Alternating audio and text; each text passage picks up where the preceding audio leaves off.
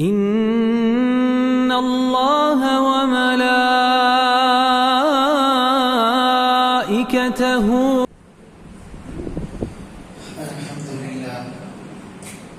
الحمد لله نحمده ونستعينه ونستغفره ونؤمن به ونتوكل عليه ونعوذ بالله من شرور أنفسنا ومن سيئات أعمالنا من يهده الله فلا مضل له ومن يضلل فلا هادي له ونشهد أن لا إله إلا الله وحده لا شريك له ونشهد أن سيدنا وسندنا وحبيبنا ومولانا محمدا عبده ورسوله أما بعد أعوذ بالله من الشيطان الرجيم بسم الله الرحمن الرحيم وإذا سمعوا ما أنزل إلى الرسول ترى أعينهم صدق الله العظيم محترم سامعین کرام بزرگان دین نوجوان ملت پورے ذوق کے ساتھ شوق کے ساتھ پیار کے ساتھ ادب کے ساتھ دل کی گہرائی سے ایک مرتبہ درود شریف پڑھو۔ حاضرین کرام،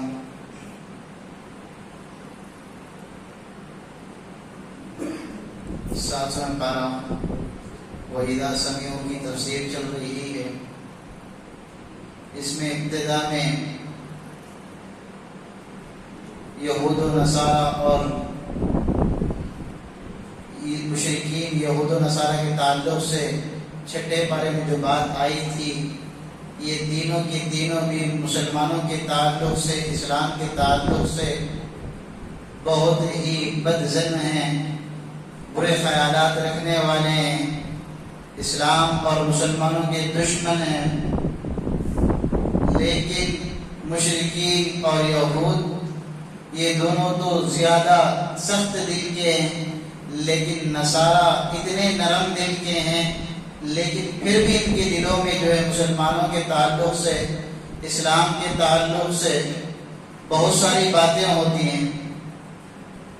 7 پارہ میں اس تعلق سے نصارہ کے تعلق سے اللہ تعالیٰ نے فرمایا، مسلمانوں نے ہجرت کر کے حبشہ گئے تو وہاں پر جو ہے نصارہ نے مسلمانوں کو کہا، مسلمانوں میں سے حضرت جعفر طیار کو کہا کہ آپ قرآن پڑھ کر سنائیے۔ اس پر حضرت جعفر نے قرآن جب تلاوت کی تو ان نصاروں کی آنکھوں سے آنسو آ گئے، جبکہ اسلام کے مخالف ہیں، قرآن سننے کے باوجود ان کی آنکھوں سے آنسو آ گئے۔ پھر بھی دل میں ان کے اسلام کے تعلق سے بہت ساری چیزیں رہتی ہیں۔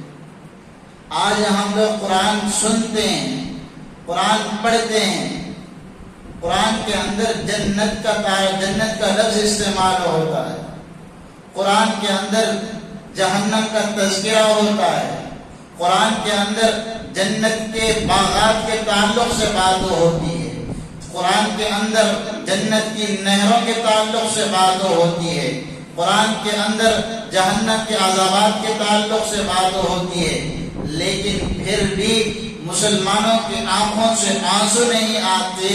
پھر بہت افسوس کی بات ہے، جس طریقے سے نصارہ جبکہ مخالفین دشمن ہونے کے باوجود بھی حضرت جعفر سے جب انہوں نے قرآن سنا تو ان کی آنکھوں سے آنسو جاری ہو گئے۔ آج افسوس کہ مسلمان پوری 30 دن کی تراویح بھی پڑھتا ہے تو اس کے دل میں نہ تو آنکھوں سے آنسو آتے ہیں، کم از کم افسوس بھی اس کے دل میں نہیں ہوتا کہ میں رمضان سے پہلے تو رمضان کے بعد قرآن سیکھوں۔ کیوں؟ اس لیے کہ ایمان کی کمی ہمارے اندر، ایمان کی کمی ہونے کی وجہ سے یہ حالات ہیں۔ قرآن سیکھنے کی پہلے کوشش کرو۔ پھر اس کے بعد 7ویں پارے کے اندر حلال اور حرام کے تعلق سے اللہ تعالیٰ نے بیان فرمایا کہ جن چیزوں کو اللہ تبارک و تعالیٰ نے حلال کر دیا ہے وہ قیامت کی صبح تک حلال ہی رہیں گے، کبھی حرام نہیں ہوں گے۔ جن چیزوں کو اللہ تعالیٰ نے قرآن کے ذریعے سے حرام قرار دیا ہے وہ قیامت کی صبح تک حرام ہی رہیں گے، حلال نہیں ہوں گے۔ جن کا تذکرہ اللہ نے قرآن میں کر دیا وہ حلال ہے تو حلال ہے، جن کا تذکرہ اللہ نے قرآن میں کر دیا وہ حرام ہے تو وہ حرام ہے، کبھی روز حلال نہیں ہو سکتے۔ لیکن آج مسلمان کئی بدزن لوگ، کئی دنیاوی جال میں پھنسے ہوئے لوگ جب ان کے سامنے بات آتی ہے قرآن کے تعلق سے تو کہتے ہیں کہ یہ کیا چیز ہے، ہٹاؤ اس کو، بازو رکھتے ہیں، اپنے نئے نظریے کو، اپنے نئے انداز کو، نئے کلچر کو سامنے لے کر چلتے ہیں۔ آج مسلمان خدا تعالیٰ کے احکامات کو توڑ چکا ہے، جس کے نتیجے پر مسلمانوں کے اوپر آفات اور بلیات آ رہے ہیں۔ اللہ تعالیٰ نے فرمایا جن چیزوں کو میں نے حلال کر دیا وہ حلال ہے، اس میں کوئی شک و شبہ نہیں کہ کہیں کو حلال ہے کہیں کو حرام۔ جن کو اللہ نے حرام کر دیا وہ حرام ہے، اس میں کوئی شک و شبہ پیدا نہیں ہو، اسی کا نام ایمان ہے۔ پھر اس کو اللہ تعالیٰ نے جن چیزوں کا ذکر کیا ہے اور وہ 4 چیز ہیں حرام، 4 چیزوں کا ذکر قرآن میں اللہ تعالیٰ نے کیا 7ویں پارے کے اندر۔ نمبر 1 شراب مسلمانوں کے لیے حرام ہے، چاہے بیماری کے حالت میں اس کو علاج کے لیے دیا جائے شراب تب بھی حرام ہے، چاہے اچھی عادت اس کو یہ شراب کی پڑ جائے، شراب کی لت اس کو لگ جائے تب بھی شراب حرام ہے۔ پھر اس کے بعد آگے جوا تو ہمیں لوگ کھیلتے ہیں زندگی وہ کوسے کہ نئے موبائل میں آپ نکل کر رہے ہیں، اس میں پیسہ اللہ انویسٹمنٹ کر کو کھیلتے لوگ، کیا کہ نام ہے اس کا، رمی سرکل بول کو کھیلتے ہمارے لوگ، کرکٹ کرتے اس میں رمی سرکل میں، پھر اس میں جو ہے وہ پتے میں بھی کھیلتے ہیں، اس میں پیسے لگا کر جیتے تو ان کے پیسے، ہارے تو ان کے پیسے، یہ چیز بھی حرام ہے۔ پھر اس کے بعد جو ہے بت بھی استعمال کرنا حرام ہے۔ پھر اس کے بعد آگے فرمایا اللہ تعالیٰ نے جوئے کے تیر، پہلے کے زمانے میں ایسا ہوتا تھا کہ کوئی چیز ہوتی اور اس کے اوپر رقم لگاتے تھے اور وہ تیر اس کے ذریعے سے وہاں پر مارتے تھے، اور جس چیز پر وہ تیر جا کر لگتی وہ چیز رقم کے ذریعے سے حاصل کرتی۔ اور آج کے دور میں بھی ایک نیا انداز کھیل کا نکلا ہوا ہے کہ ایک جگہ پر جہاں پر پیسوں کے نوٹ کے بنڈل جو ہے رکھے ہوتے ہیں، کہیں پر بسکٹ تو کہیں پر کچھ، کہیں پر کچھ، کہیں پر کچھ، پھر اس کے بعد رقم لینے کے بعد ان کو 4 جو ہے سرکل کے کچھ لکڑیاں دے دیتے ہیں جن کو وہ کچھ دوری پر کھڑے ہو کر ایسے پھینکنا ہوگا، جس کے اوپر جا کر وہ پڑتا ہے وہ چیز ان کی ہو جاتی ہے۔ تو یہ چیز بھی جو ہے شریعت کے دائرے میں حرام ہے، نوجوان اس کے کھیلنے سے بھی بچے۔ اور پھر اس کے بعد جو ہے آخری میں اللہ تعالیٰ نے فرمایا بے فائدہ سوالات کی ممانعت، فائدہ نہیں ہے لیکن پھر بھی سوال، بلّہ کے نوجوان میرے سے سوال کر، حضرت تمہاری شادی ہوگی کیا؟ میری شادی سے تم نے کیا بھائی تعلق رکھتے؟ میری شادی سے تم نے کیا تعلق؟ یہ بے فائدہ سوال۔ اب نماز میں کھڑے ہیں، نماز پڑھنے کو حضرت تمہیں آج کیا پڑھے سو؟ قرآن پڑھے سو۔ کون سا پارہ؟ 22واں پارہ۔ اچھا یہ 22واں پارہ کا وہ بولتی نا، کئی کوئی سے 22واں پارہ بولتے سو، کوئی فائدہ نہیں ہے، پھر بھی الگ انداز سے سوال ہے، بے فائدہ سوال، فضول سوال بھی اللہ تعالیٰ نے منع کیا، تو اس سے بھی ہمیں بچنا چاہیے۔ پھر اس کے بعد سورۃ الانعام کی سورت شروع ہوتی ہے 7ویں پارے میں۔ سورۃ الانعام سورت کو کہتے ہیں، انعام کے معنی آتے ہیں مویشیوں کے، مشاء یمشی کے معنی آتے ہیں چلنا، مویشی اسی سے ہے، اور مویشی ان جانوروں کو کہتے ہیں جن کے 4 پاؤں ہیں اور وہ چلتے، رینگنے والے نہیں، چلنے والے جانوروں کے تعلق سے اس صورت میں ذکر ہے۔ اور اس صورت کے اندر ایک تو توحید، اللہ تعالیٰ کے توحید کے تعلق سے بات ہے، پھر اس کے بعد رسول اللہ صلی اللہ علیہ وسلم کی رسالت پر بات ہے، پھر اس کے بعد قیامت کے اوپر بات آئی ہے۔ ان چیزوں کے اوپر اس صورت میں تفصیل سے بات آئی ہے۔ الغرض میرے دوستو، اس صورت کے اندر اللہ تعالیٰ نے مشرکین سے کل قیامت کے دن سوال کرے گا۔ جب وہ دنیا کے اندر اللہ تعالیٰ کی نافرمانی کر کر دنیا سے چلے جائیں گے، جب وہ دنیا میں تھے تو اللہ تبارک و تعالیٰ نے رسولوں کو بھیج کر ان کی اصلاح کے لیے، ان کی زندگی سدھارنے کے لیے، ان کو صحیح راستے پر لانے کے لیے اللہ تعالیٰ نے جب انبیاء علیہ السلام کو بھیجا تو ان لوگوں نے ان انبیاء کو جھٹلایا، اللہ کی تکذیب کی۔ آخرت میں جب اللہ تعالیٰ کے یہاں دربار میں جب وہ پیش ہوں گے، اللہ تعالیٰ کے دربار میں جب وہ حاضر ہوں گے تو اللہ تعالیٰ ان سے پوچھیں گے کہ بتاؤ آج وہ تمہارے لوگ کہاں گئے، وہ بت صاحب کہاں گئے، جس بت کی آپ پوجا کرتے تھے وہ بت کہاں گیا، جس بت کے لیے آپ اپنا مال خرچ کرتے تھے، جس بت کے سامنے آپ اپنے جانوروں کو بے رحمی سے مارتے تھے، آج وہ بت کہاں گئے، آج کے وہ دوست و احباب کہاں گئے۔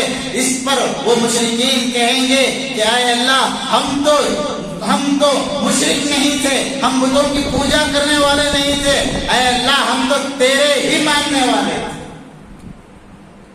اللہ تعالیٰ اس وقت کیا کرے گا، ان مشرکوں کی زبان پر، ان کے منہ پر جو ہے مہر لگا دے گا، منہ بند ہو جائے گا۔ اب پھر اس کے بعد جو کام جو اعضائے بدن کیے تھے، پیر کہے گا اے اللہ میرے ہی ذریعے سے یہ چل کر فلان جگہ پر گیا تھا مشرکانہ کام کرنے کے لیے، شرکیہ کام کرنے کے لیے۔ پھر اس کے بعد ہاتھ کہیں گے کہ اے اللہ میرے انہی ہاتھوں کے ذریعے سے اس نے فلان جانور کو غیر اللہ کے نام پر ذبح کیا تھا۔ پھر آنکھ کہیں گے کہ اے اللہ میں نے ہی اس کو ذبح کرتے ہوئے، بے رحمی سے مارتے ہوئے میں نے دیکھا تھا۔ پھر اس کے بعد پیٹ کہے گا کہ مولا میرے اسی جگہ پر اس نے حرام لقمے کو جمع کیا تھا۔ اللہ کل قیامت کے دن گویائی دے گے اعضاء کو، ہر چیز بولے گی۔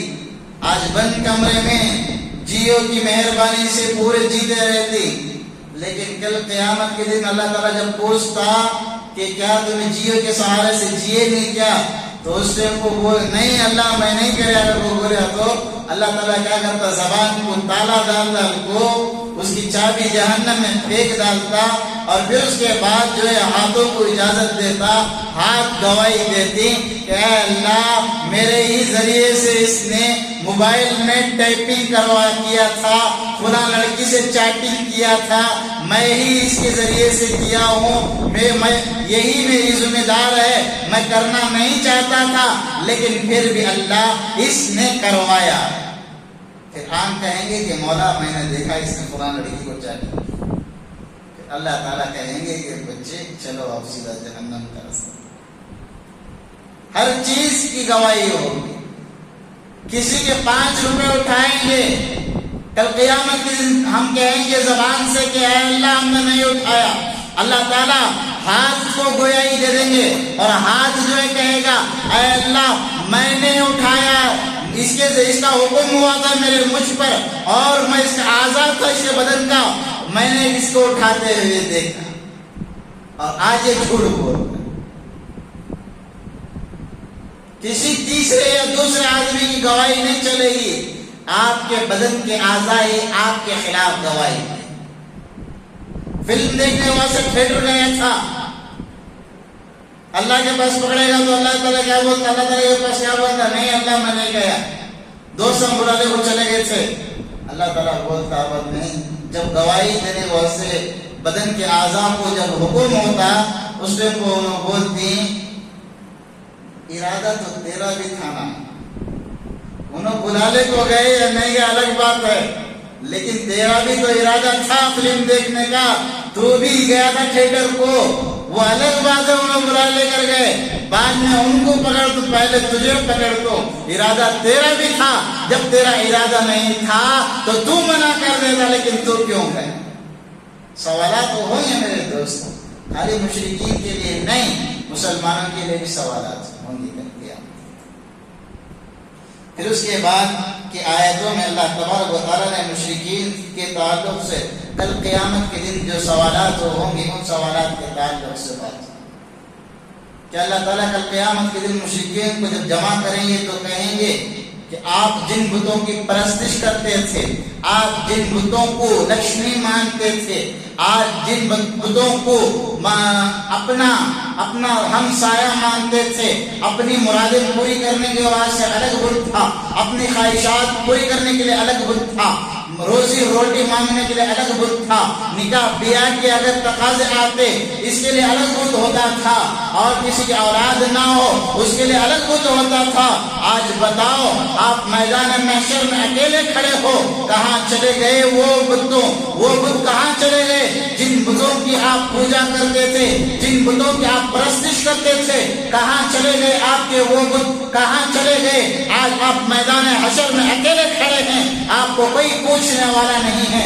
اس پر وہ کہیں گے کہ اللہ ہم سے غلطی ہو گئی ہے, ہم سے غلطی ہو گئی ہے, ہم معافی مانگتے ہیں مولا, ہمیں ایک سیکنڈ کے لیے, ہم کے ایک سیکنڈ کے لیے دنیا میں بھیج دیجیے, ہم دنیا میں جائیں گے, جانے کے بعد اس ایک سیکنڈ میں تیری عبادت کر کر ہم واپس آئیں گے مولا, اس کے بعد تو فیصلہ کرنا میں جہنمی ہوں یا جنتی ہوں. اس پر اللہ تعالیٰ کہیں گے اب تیرے پاس کوئی مہلت نہیں ہے, اب تیرے پاس کوئی مہلت نہیں ہے, اب سیدھا تو جہنم میں جائے گا, اب سیدھا تو جہنم میں جائے گا, جنت میں جانے کا تو حقدار نہیں ہے. اس لیے کہ تو رسول اللہ صلی اللہ علیہ وسلم کی سنتوں کو ٹھکرایا, جب ایمان تیرے پاس آیا تو نے ایمان کو قبول کرنے سے انکار کر دیا, جب ایمان کی دعوت تیرے پاس آئی تو نے ایمان کی دعوت کو چھوڑا, جب تیرے پاس رسالت کی دعوت آئی تو نے رسالت کی دعوت کو ٹھکرایا, جب تیرے سامنے توحید کی بات آئی تو نے توحید کی بات کو ٹھکرایا, جب تیرے سامنے قیامت کی بات آئی تو نے قیامت کی بات کو ٹھکرایا, جب تیرے سامنے فرشتوں کی بات آئی تو نے فرشتوں کی بات کو بھی ٹھکرایا, جب تیرے سامنے صحابہ کی بات آئی تو نے ان کو بھی ٹھکرایا, جب تیرے سامنے اولیاء کی بات آئی تو نے ان کو بھی ٹھکرایا, تیرے سامنے جب انبیاء کی بات آئی تو نے ان کو بھی ٹھکرایا. اب تیرے لیے کوئی مہلت نہیں ہے, سیدھا اب سے پکڑ کر جہنم میں ڈال دیا جائے گا. اس کے بعد اللہ تعالیٰ فرشتوں کو حکم کریں گے کہ فرشتے فوراً اسے لے جاؤ, لے جا کر جہنم کی گڑھے میں ڈال دو. پھر اس کے بعد فرشتے اللہ کی بات کو ماننے کے لیے, اللہ کے حکم کو بجا لانے کے لیے فرشتے اس گنہگار کو پکڑ کر سیدھا جہنم میں پھینک دیں. مفسرین کتابوں میں لکھا ہے ایک سیکنڈ میں, اس ایک سیکنڈ کے 1000 حصے کر کے اس ایک حصہ بھی اگر اس کو دنیا میں بھیج دیا جائے تو وہ دنیا میں آنے کے باوجود بھی اللہ کی نافرمانی کرتا ہے. اس لیے وقت سے پہلے اپنے آپ کو سنبھالو, وقت سے پہلے اپنے آپ کو سدھارو, سمجھ جاؤ ابھی قیامت قریب ہے. پھر اس کے بعد اللہ تبارک و تعالیٰ نے حضرت ابراہیم اور ان کے والد صاحب کے تعلق سے بات آئی ہے سورۃ الانعام میں کہ حضرت ابراہیم علیہ السلام اپنے اللہ کے بندوں کو دین کی دعوت دیتے, ان کو صحیح راستے پر لاتے, اور ان کے والد بتوں کو بناتے تھے, لوگوں کو بتوں کے تابع کرتے تھے. حضرت ابراہیم لوگوں کو بنا کر اللہ کے تابع کرتے تھے, حضرت ابراہیم کے والد بتوں کو بنا کر لوگوں کو بتوں کے تابع کرتے تھے. اس پر حضرت ابراہیم نے کہا کہ اے ابا حضور, آپ جو کام کر رہے ہیں یہ بالکل غلط کام کر رہے ہیں, آپ کو ایسا نہیں کرنا چاہیے. آپ کیا کریں؟ آپ ایسا کریں، ان بتوں کا سلسلہ چھوڑیں، ان بتوں کی پرستش چھوڑیں، ان بتوں کو بنانے کا چھوڑیں، آپ لوگوں کو غلط راستے پر لے جانے کا چھوڑیں، لوگوں کو صحیح راستے پر لانے کا طریقہ بتاتا ہوں۔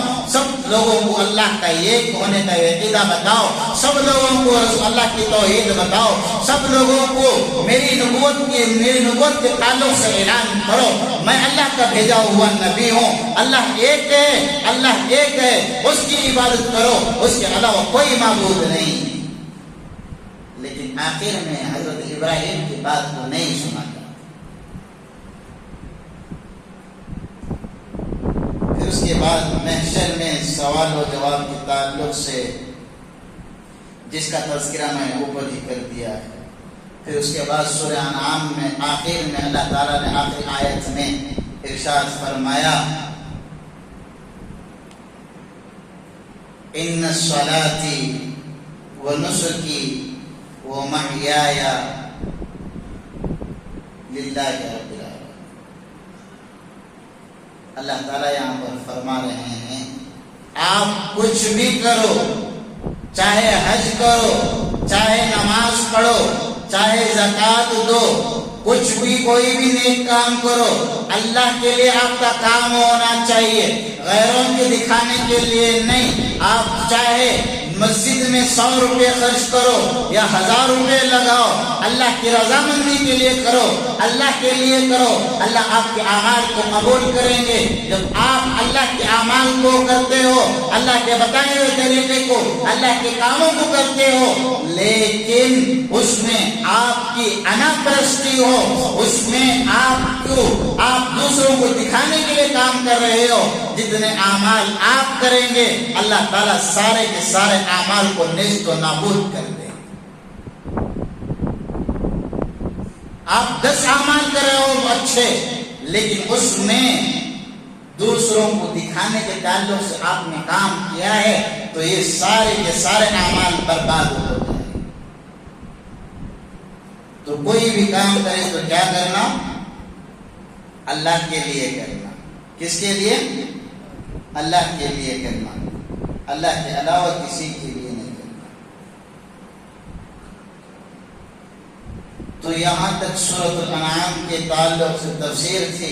کل انشاءاللہ سورۃ الاعراف 8ویں پارے کے اندر کی جو تفسیر ہے انشاءاللہ کل لے کر حاضر ہوتا ہوں، اور 4 سوالات ہیں۔ سوال نمبر 1، مسلمان قوم میں چٹی چلانے کا کاروبار عام ہے، غریب سے غریب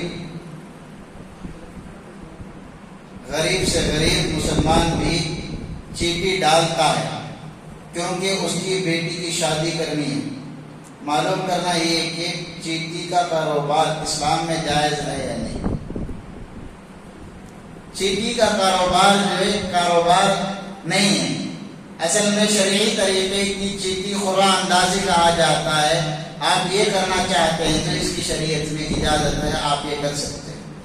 اس کے علاوہ جو ہے آپ کہیں پر چیٹی ڈال رہے ہیں 70,000 کی، 50,000 کی، اور اس میں جو ہے پکار کر کہ یہ اتنی قیمت، اس کی اتنی قیمت جو ہے بتا کر پکار کر جو بولا جاتا ہے، اس پکارنے والی چیٹی کو علماء نے حرام قرار دیا ہے، لہٰذا اس چیٹی کی اجازت نہیں ہے۔ اگر ڈالے ہیں تو فوراً اپنا نام وہاں سے منسوخ کرو۔ سوال نمبر 2، امام اعظم ابو حنیفہ رحمۃ اللہ علیہ امام بخاری میں سے پہلے کس کا دور گزر چکا ہے؟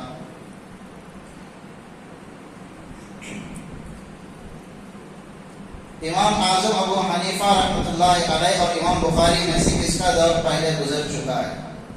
پہلے امام بخاری کا دور گزرا ہے، پھر اس کے بعد امام ابو حنیفہ کا دور گزرا ہے۔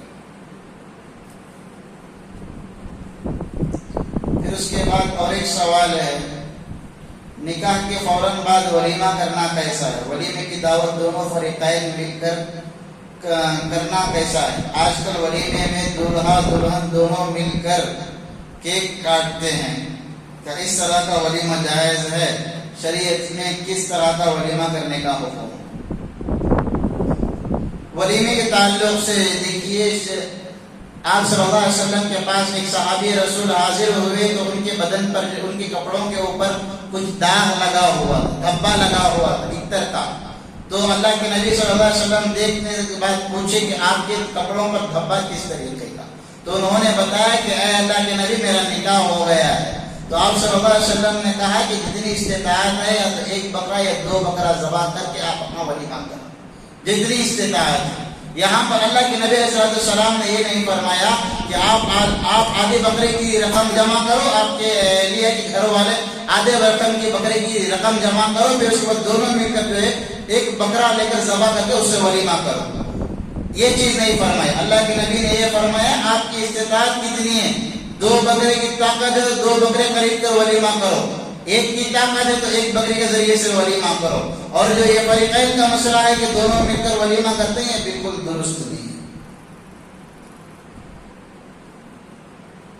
سوال نمبر 3, عورتوں کی سنگھار معافی کی تنظیم میں مسلمان عورتیں 90% فیصلہ کام کر رہی ہیں.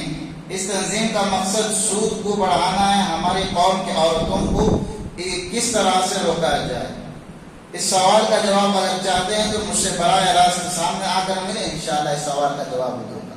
چونکہ یہ ٹرسٹ جو چلایا جا رہا ہے بالکل غلط ٹرسٹ ہے. اس طرح کے ٹرسٹ میں شامل نہیں ہونا, اور اگر اس کا آپ خود اپنی جانب سے بچنے کے تعلق سے, عورتوں کو بچانے کے تعلق سے کچھ کام کرنا چاہ رہے ہیں تو اپنی جانب سے ایک ٹرسٹ اوپن کریں جس میں آپ فری بغیر کسی سود کے آپ رقم دیں. یہی میری رائے ہے. اگر تفصیل معلوم کرنا چاہتے ہیں تو آپ نے پرسنل آ کر سوال کریں, انشاءاللہ اس کا جواب میں دوں. چلے انشاءاللہ سورۃ الاعراف کی تفسیر لے کر حاضر ہوتا ہوں, تب تک کے لیے دعا کریں. السلام علیکم ورحمۃ اللہ وبرکاتہ.